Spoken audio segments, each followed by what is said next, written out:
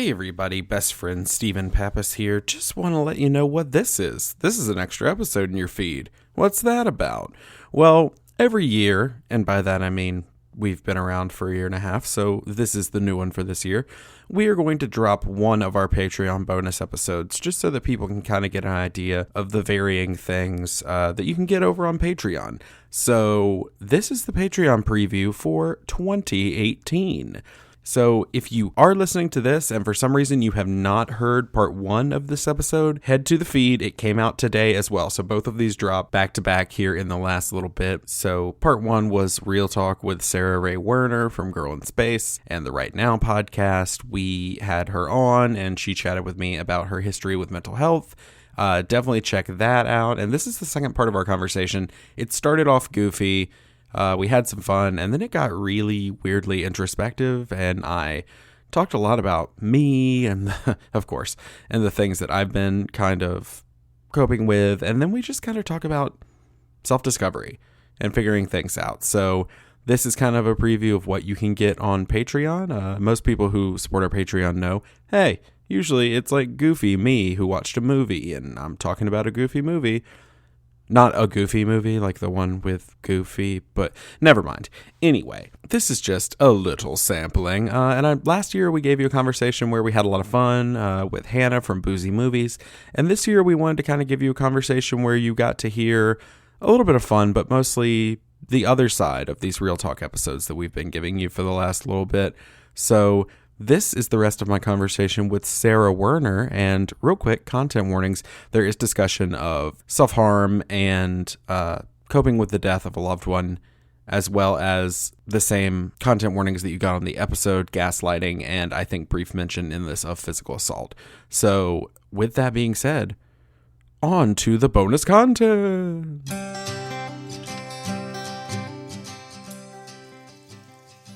Yeah, shouldn't be a problem. Awesome. It looks like we're recording. We are recording. That's what I do. I sneak attack. And this is the show. There's no intro. There's no anything. I like this. This is the Patreon show. Hi, patrons. Yeah, the Patreon it's literally, I hope you don't say anything terrible because I don't edit this at all. Awesome. No, this just goes right up. So this is just a straight up conversation between us. Can you do me a favor though real quick? Yes. Can you tell the whole entire internet, basically, and by that I mean just our patrons, can you just tell them what your partner made for you? Oh, yes.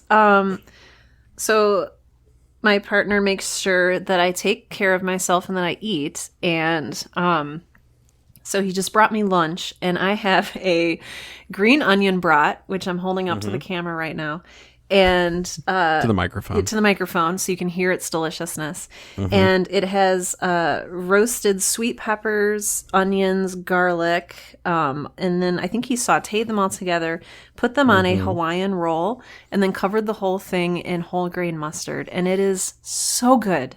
It's so good. Yeah, that's the internet exploding. It's so just good. With glee for you.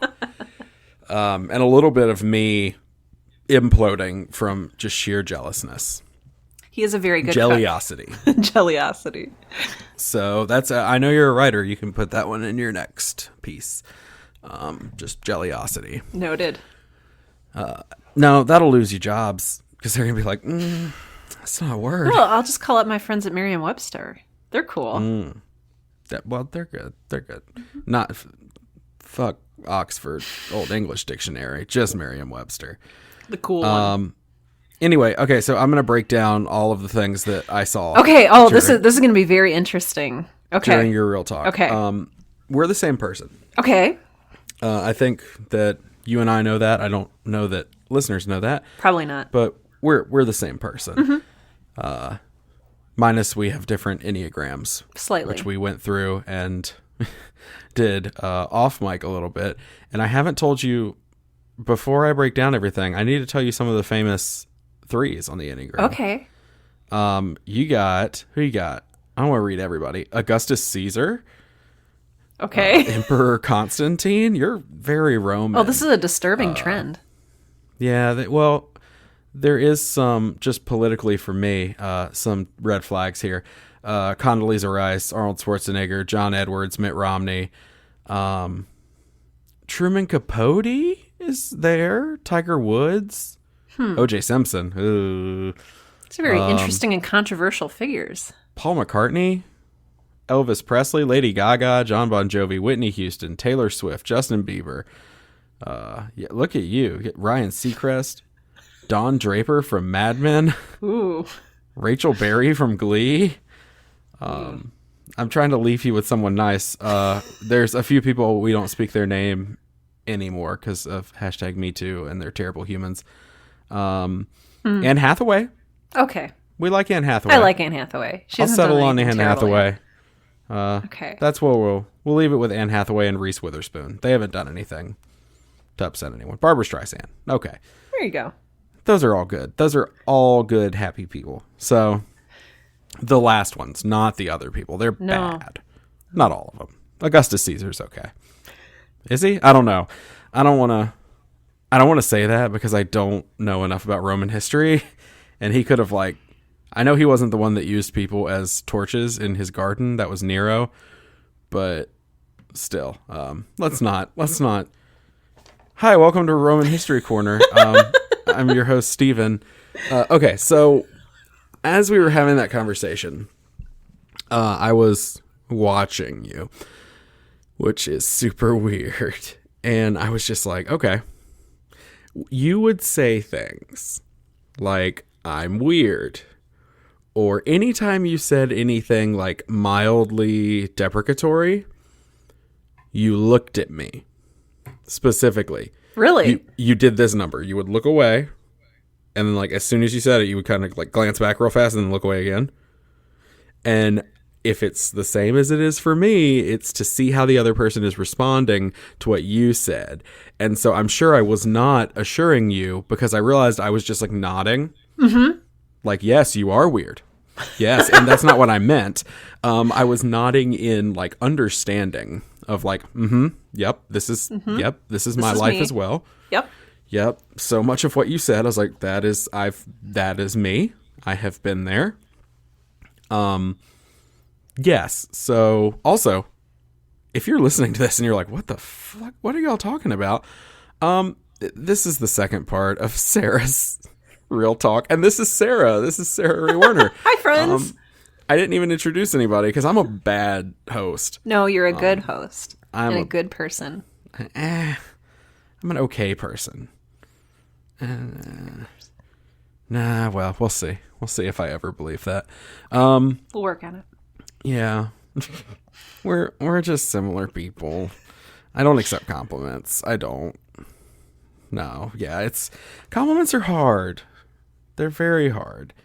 And I'm not good at them. I'm very good at complimenting people because I want people to be happy. I want to bring them joy because all I want in the world is to bring people joy and please them. It's almost like I'm a people pleaser. Yes. I know what that's like. Yes. We bonded in Orlando, Philadelphia. Just every time there's a con, Sarah has kind of become my con buddy. Just as far as a person where if I need to get away from everything, this is a human being that I know I can just sit in a room and don't even have to talk. Just enjoy each other's presence. Yes. And that is good. I'm glad I can be that for you because you're that person for me too. That's what I try to do. It's it's the relaxation of being around close friends. And I remember when we were in Philadelphia, we had a moment where it was you, me, and Josh Hallmark. And we were walking to dinner. And there was about a 4-block stretch where we were like, hey, we're all really overwhelmed. Can we just not talk until we get to the restaurant? And all three of us were like, yes, please. And so we didn't talk for 4 blocks. I'm sure we looked very foolish walking clearly as a unit, but not speaking. Not talking. No one was speaking until I saw the restaurant and was like, oh, that's not what I expected. And then speaking happened again. And of course I was the one to break it because I always am. But yeah, nope, that is a good person to have in your life. Especially when you're me.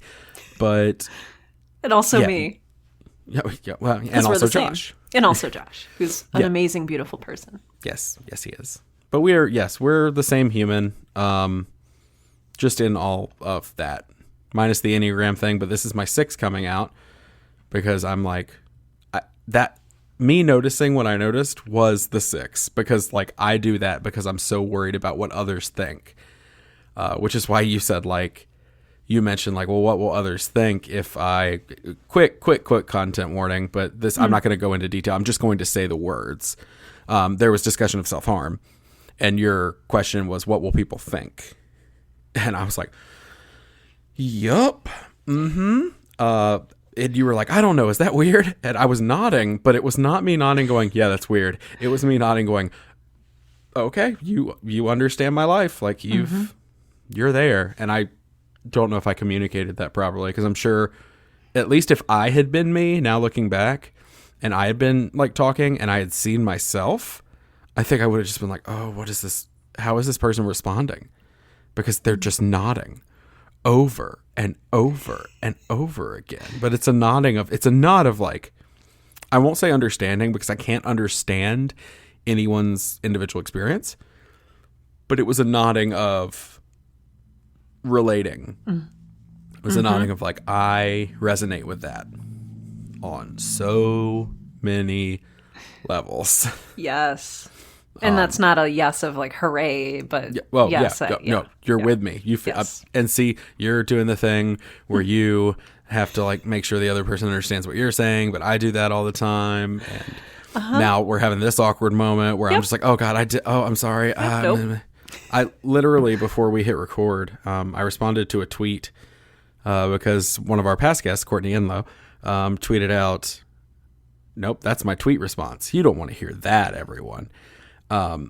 She tweeted out, we don't talk enough about how anxiety is a disorder that just makes you embarrassed all the time about everything. And I was like,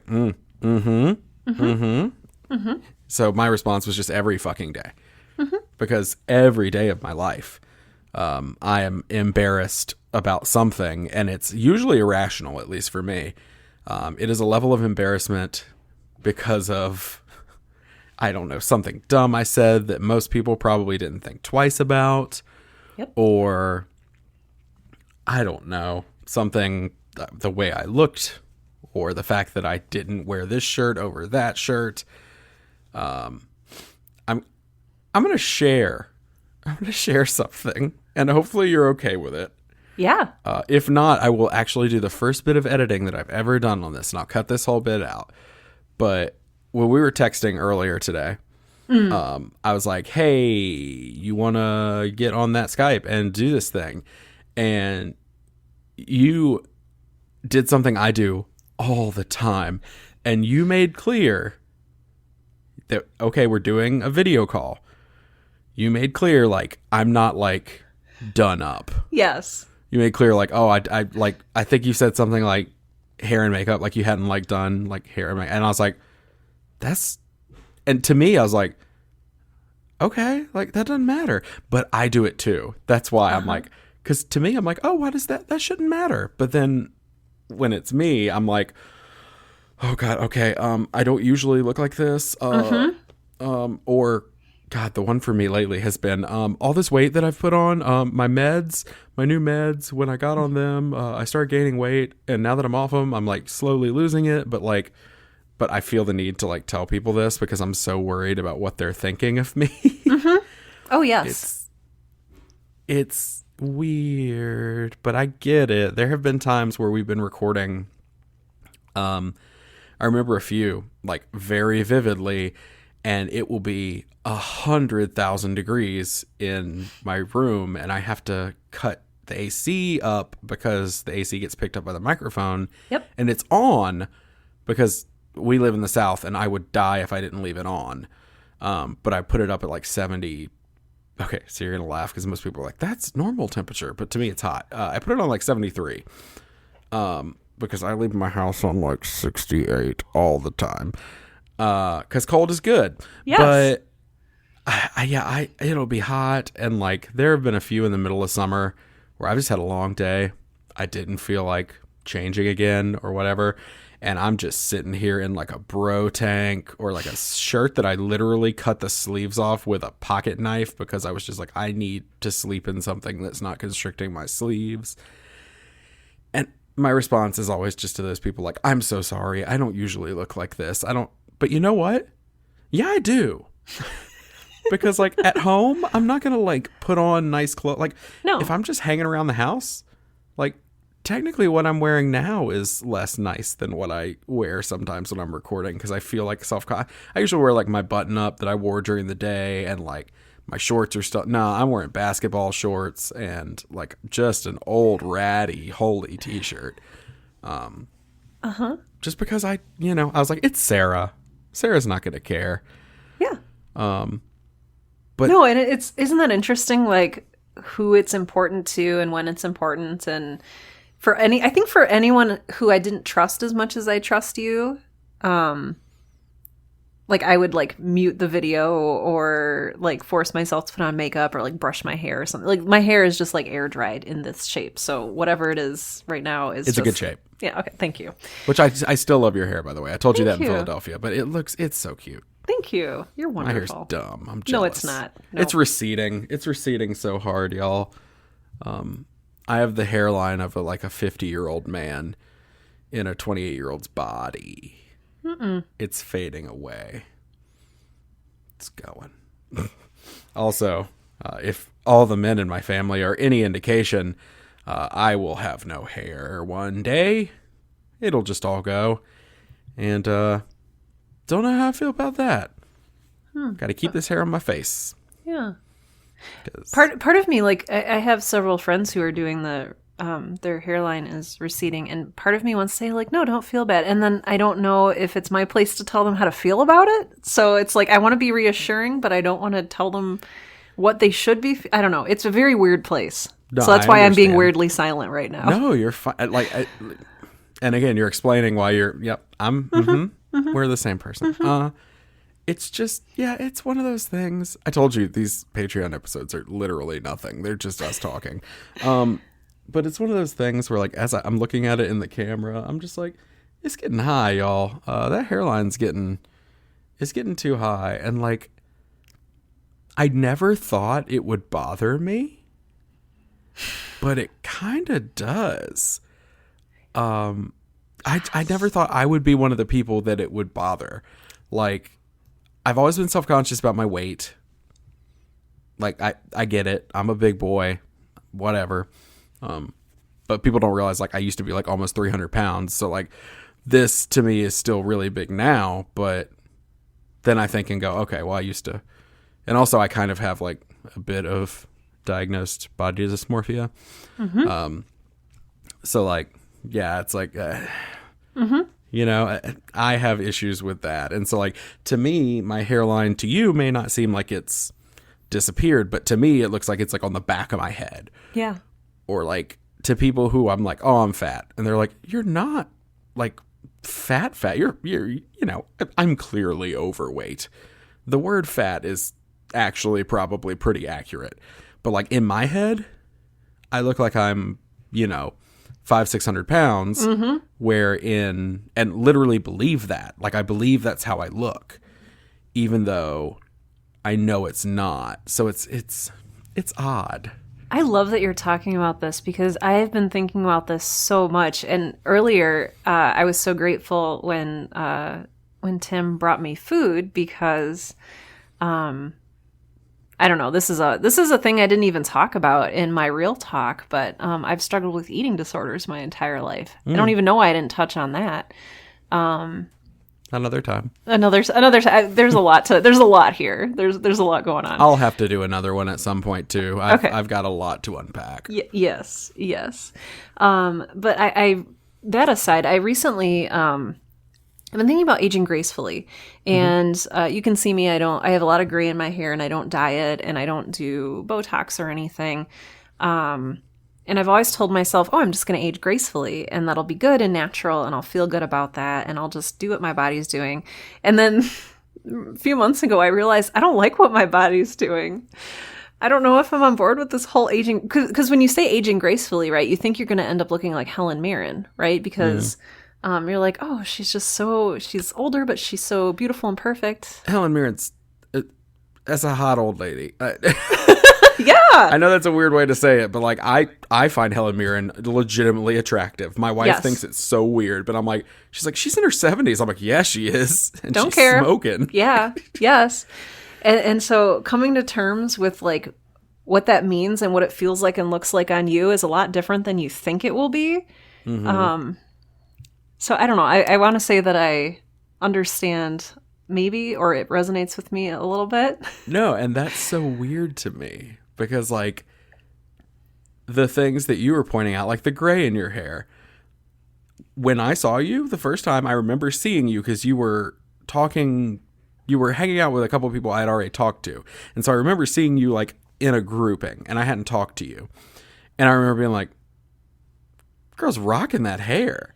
And your hair was a lot longer then, but I was like, rocking that, like the gray looks really cool. Like it almost looked like, because the first time I thought it was purple. I thought you had dyed your hair like light because the way you had it pulled back, it looked purple. And I was like, that's so sick. And then like, I don't know. And of course, I thought you were older than me. That's the thing. It's like people worry so much about aging and aging gracefully. Mm-hmm. I thought you were younger than me. That's what I meant. Sorry. Oh. Because I told you that. I was like, oh, I'm way older than you. And you were like, how old do you think I am? And I'm only saying because you said it on the episode, but you said you're 35. And I was like, what? No. I was like, you're like 25. Thank and you. Were like, no. And I was like, what? I feel like I look 100. So it's just everybody views themselves in a weird and really critical light. Mm-hmm. And I mean, if you show me somebody out there who doesn't deal with insecurities, especially about aging and things, I'll show you a person that's full of shit because I don't buy it. Like, I'm just like, no. Yeah. No. Which is funny because a lot of times people pull it off really well. And I'm like, yeah, like my friend cut off the hair loss at the pass. Like he cut it off and just shaved his head and just went full. And he's pulling it off though. Like he's wearing it confidently and it looks really cool. And he doesn't look like he's older or anything. He just looks different. Yeah. And so, yeah, it's about confidence and the way you carry yourself. And I don't have any of that. It's interesting about and how much of that we internalize, because I think it does start out as posturing, right? Like I'm going to pretend like I'm okay with this. And then maybe at some point, does it become okay? Or do you think it never really sinks in as I'm 100% okay with this? I have no clue. Okay. Because I think it's very much like this, like, unattainable thing. Like, I think it's, oh, well, I'll do so. It's the same thing as when you say, like, I'll do something tomorrow. And then tomorrow becomes today. And then you say you'll do it tomorrow. And tomorrow never comes in that way.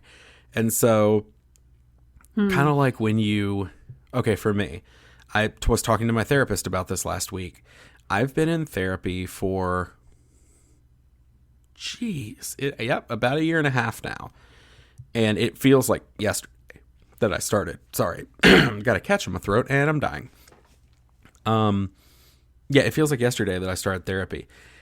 And I remember thinking at the beginning, and even now sometimes, well, I'll do this and then everything will be okay. Everything will get better. I'll get my meds figured out and then everything will be better. I'll be happy all the time. Like in my head, it's this unattainable joy that realistically I will never reach. And so I'm always reaching for this. And I'm realizing that by doing that, I'm actually making myself feel worse because I'm never getting to that. I never feel like I'm achieving because the small victories don't feel like victories because I'm so focused on everything will be happy all the time. I'll feel great. I won't have any anxiety, any depression. We're going to have some breakthrough in therapy. And then all of a sudden everything's going to be fine. And I'm going to come to terms with all this shit that I've been dealing with. And like, the more I talk about it, I'm like, no, we're on a constant journey of self-discovery and mental health stuff is a big part of that. Like, the vaguest way to say this, and it feels weird that I'm saying this because I literally have said I'm not going to say this, but like as you age and move into different kind of phases of your life and see your life as a big picture instead of just the moment you're living in, which is what I did for so long. And mindfulness and being present is super important, but also looking at your life as, this is just a blip somewhere on a very long line. And you have to be present in that blip, but there's going to be a tomorrow, and the things that happened. And so it's a matter of balancing that. But like, as you move in and out, like things change. Like we've talked, and I don't talk to many people about it, and I'm not going to like go into detail, but like I've been questioning things about my very being and like who I am and, like my identity, like literally. And it's just, it's normal. And that's what I'm coming to terms with. It's like learning things about yourself. Yeah, I'm 28 and I'm figuring out some things about myself that I never thought I'd figure out. But that doesn't mean it's weird. Like, as you get older and learn about yourself more, you start to unlock doors and open boxes that you never even saw sitting there. Yeah. And then you deal with what's inside. You deal with those feelings. And so it's kind of odd, but it's never gonna stop. So in a weird way of answering your question about do I think they'll ever be like that point where I'll be okay with it, like, no. And I don't think anybody is ever going to be fully okay with who they are, because I don't think anybody ever knows 100% who they are, because they're always learning. Yes. And so, like, yeah, that sounded super, like, deep. Yeah, Sarah and I are super high right now. Yeah, no. I'm trying to think of two people less likely to podcast high, and I don't You and think... me. Yeah, no. It's you and me. Yeah. I mean, again, you do you. Like, I'm not hating on it. Like, it probably helps people with anxiety out. That's what all my friends say. I'm just too scared because I'm an anxious boy. Same. Anxious boy. Yeah. So anyway, well, that was a interesting little.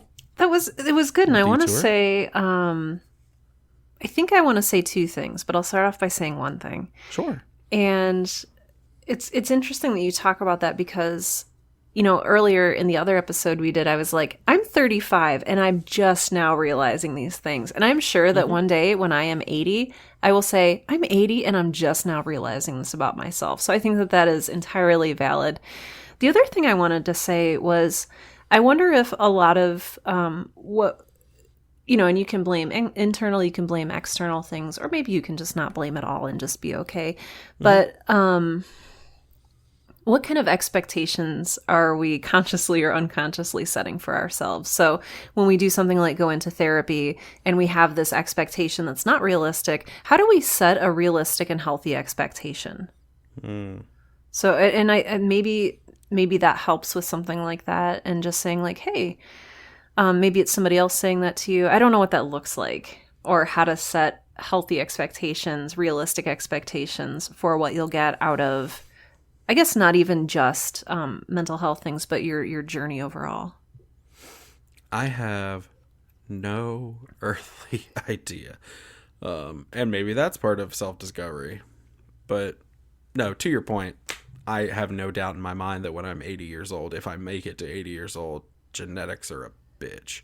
But if I make it to 80 years old, I have no doubt that I'll be saying, oh, I just learned this. Because there's a movie. It's not a strong movie. It's called Happy Thank You More Please. And at one word. I've never heard of it. Yeah, it was directed by, I can't remember his name, Josh Radnor, who played Ted Mosby on How I Met Your Mother. Mm-hmm. And it stars him and Malin Akerman and Tony Hale from Arrested Development and Veep. Zoe Katzen. Anyway, it's a really, honestly, interesting movie. It's probably not the best movie, but I do enjoy it, if for no other reason than the title comes from this idea of one of the main characters has alopecia, and she talks about how she used to feel and how she was constantly feeling like the universe was just throwing things at her. Mm-hmm. And so she started looking for the places where she could find joy. And when she saw that joy, she basically would voice to the universe, "Thank you, more please," through her actions, or actually physically through saying it. But the thing that always stuck with me the most about that movie is a quote that's meant to be like a little throw off funny quote, but it resonated with me on some level, which is, every 5 years I look back and think what an asshole I was 5 years ago. And I'm just like, and I've said that to people forever now. Ever since I saw this movie 10 years ago, I've said this to people, because I'm like, that is how life is. Yeah. And the thing is, like, I'm saying that now, and in 5 years I'm going to look back and be like, God, I was such a dick when I was doing that podcast then. Like, and not saying this adulting will not be around in 5 years. I'm talking about this specific episode. Yeah, it's just this feeling of like, I was a piece of garbage in high school, and then I thought I was so much better in college. Mm-hmm. And then like early college, I was a piece of garbage then too, but I was less garbage, I guess. But and now I look back on graduation. I look back on, 5 years ago I was, working, doing my thing, and I was like, I look back and I still think like, God, the kid didn't know anything. Mm-hmm. And I think that I will still keep saying the kid didn't know anything until I die. Yeah. I've had the same experience. I've had and I love that every 5 years. And for me, sometimes even shorter. I'm like, wow, last year, boy, I sure sucked. But it really gives me hope, because, we're just slowly, steadily becoming more and more amazing. Like, we're becoming more gracious. We're becoming more mature, hopefully more loving toward each other. Like, that's a good thing, to be able to look back and realize you're a worse person back then than you are now. You're getting better. We're getting better. Trying to. It's good. Yes. It's a thing. We're growing. Dang dang.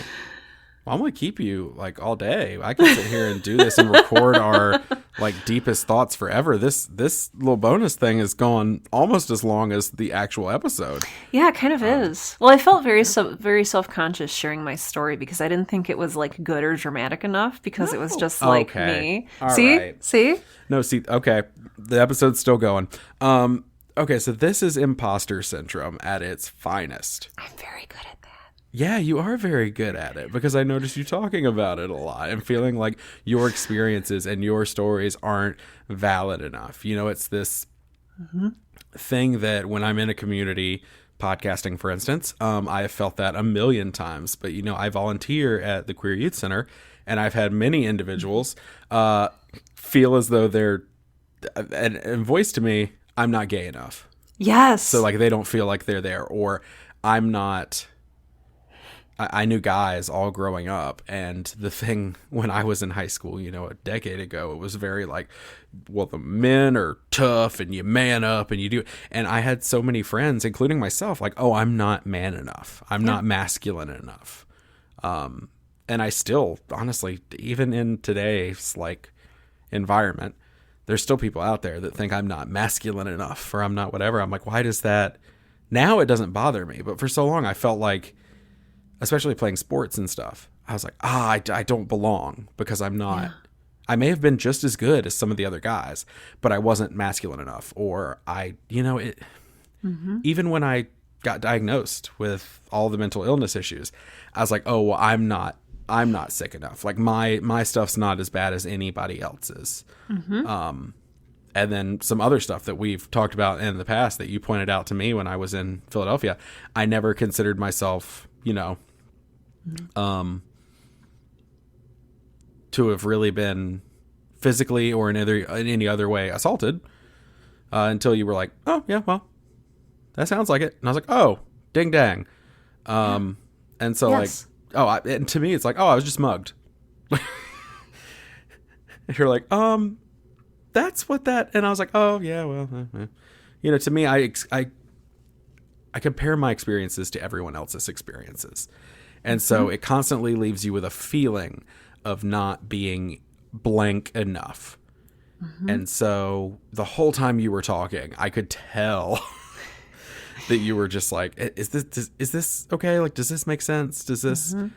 And I was like trying to assure you, but also like, I didn't want to give you that because I was like, I need you to work out on your own. Yes. That what you're saying has value, because I wouldn't have asked you to come and share your experience if it doesn't have value, because everyone's experience has value. I don't care if your only dealings with mental illness are,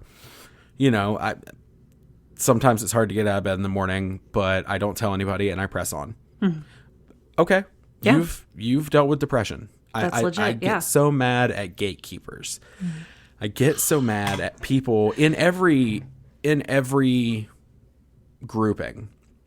Again, volunteering at the Queer Youth Center, talking to kids and having staff say like, there's no gatekeeper. Like, there is no level of I'm not queer enough, or there's no gatekeeper there. But kids are so used to dealing with gatekeepers because in our society, there's always a gatekeeper. And I don't think that it's right. Like, I don't like people who are gatekeepers. There are people with mental illness, not with mental illness, but with the topic. There are people within it that say, oh, well, I deal with this and you don't deal with that. So my mental illness is worse than yours. And the whole point to me is like, I was never saying that mine was worse than yours. I was just saying, this is my struggle. Right. And while objectively from the outside, my struggle might not look as bad as yours. That doesn't mean that mine doesn't have value. I love that you're talking about this. I love that you're talking about this so much because, I hope I don't get in trouble for talking about this. But, well, there's gatekeepers on both sides, and there's imposter syndrome on both sides, the positive and the negative. Like, you're not good enough to do this, but you're also not bad enough to be labeled as this. And so there's both sides on that. But I have a friend who's going through something very terrible right now. And when I speak with this friend, who I won't identify, this person, and I tell them what I'm going through right now, like, I have to give 3 talks in 8 days and I'm super anxious about it and I'm exhausted and I'm an introvert and I'm not dealing with this well. This friend says, well, at least you're not, and then inserts what they're going through there. And it's just, it becomes this, it belittles what I'm going through. Right. And it makes it seem like some kind of game or competition to be the most miserable. And that's really, I don't think, a good place to be. And but I've noticed it happens a lot. Yeah, no, it does. And there are people out there that are trying to like break that of like, it's so ingrained in us of like, oh, well, my thing's not as bad as your thing, and I had to get called out on it in college, and I still deal with it sometimes where I realize I'm gatekeeping for myself. Tell me more about that. Just where I realize I'm keeping there's no gatekeeper there necessarily. I'm being the gatekeeper for myself. I'm saying, oh, my stuff's not bad enough. My stuff's not severe enough. Because I know that if I say it to myself, it's not going to hurt as much when someone else says it. It's the same thing I've done my entire life when people call me fat, or people make fun of the fact that, I may be more femme than a lot of like people with penises. I may just be a little more femme, and like people get really, really up in arms. And when they make fun of me, if I make fun of myself first, then they don't have time to make fun of me. And it seems like I'm in on the joke instead of being the joke. Oh my gosh, that's so insightful. Yes. But it's messed up. Yeah, it's very messed up, and it's life, but it's the same thing. I had, and brief content warning for death. Again, I'm not going to go into detail, but I had a friend in college that lost her father, and I was dealing with some stuff. I think it was like relationship issue or something at that point with a girl I was seeing, and I remember she asked me how I was doing. And I was just like, I'm not great, but like, you don't want to hear, but like, I'm good. And she was just like, no, like, talk to me. And I was like, I'm not going to bother you with it. And like, I did that to her enough, I think, over the course of a few weeks that finally she got me. And she asked me how I was doing. And I was like, I'm okay. And she's like, are you really okay? I was like, no, but I don't want to bother you. Like, and she finally just snapped at me and said, why? Because my dad died. And I was like, yeah. And I was like, I mean, like, you're dealing with something and I want to be a good friend. And I feel like I can't be a good friend if I'm telling you these things that are, so important to me. Woe is me. But like, I'm having an issue with a girl. You lost a parent. Like, how can that compare? And I don't want to like waste your time with it. And she finally like cut me off and she's like, look, like, yeah, it sucks. And there's nothing I can do about it. But like, there's nothing I can do about it. Like, I'm not going to like sitting here and feeling bad for myself isn't going to fix it. And that wasn't her saying, don't feel your emotions. She dealt with her emotions and she allowed herself to feel and grieve. But she was also saying like, there are however many billion people at the time, 7 billion now or 8 billion almost, in the world. And somebody out there has it worse than you. Always. Yeah. There's, God help that one person out there that is the absolute worst in the world is going on with them. But like, somebody's always got it worse than you. And if you keep comparing yourself to everyone else for the rest of your life, then it sounds like a life wasted. And I was like, wow. All right. And she talked to me about it. And because, so like, here comes my 90s kid. Love the Goo Goo Dolls. Yeah. And same. they have a line in one of their songs that says, a life you don't live is still lost. And so it's just that understanding of like, if you don't allow yourself to find validity and find truth in the things that you experience, then what are you doing? So like, allow yourself to feel, allow yourself to be a person. It's oddly empowering, like, yeah, to feel your feelings. So like, yeah, I love this. yeah, look at us having conversations, deep conversations, like the olden times. Like the ye olden times. Ye olden times. Those are the good times. We didn't even need like a drink to loosen up or anything. No, this is good. Yeah. I could legitimately do this all night. I could also too because I'm a writer. I could also too as well do this. But also I should also maybe too run away. Yeah, that's the thing. We should get out of here. But you are valid. And the things that you said in that episode and that you continue to think about and deal with and feel every day in your life matter, not just to you, but to those around you. And maybe even further than that. That's the thing, is you don't know who's listening to that episode. You don't know who's listening to this. And yeah, it could be a very, very good thing. So I hope so. Yes. But absolutely, I don't want to hear the imposter thing out of you. No more. At least about this episode. Okay. Because I'm me and I know that you're going to do it, so I'm going to do it. Yeah, because we're the same person. Yep. So, we'll both keep doing it. For all of you out there in podcast land that have just been fly on the wall for this conversation, hey, what you doing over there? Get over here, fly. We are going to get out of here, but thank you so much for giving on Patreon. You are lovely, beautiful, amazing humans, and we love you so much. Yeah, we did it. We did a thing. And you know what? We'll see you on Thursday.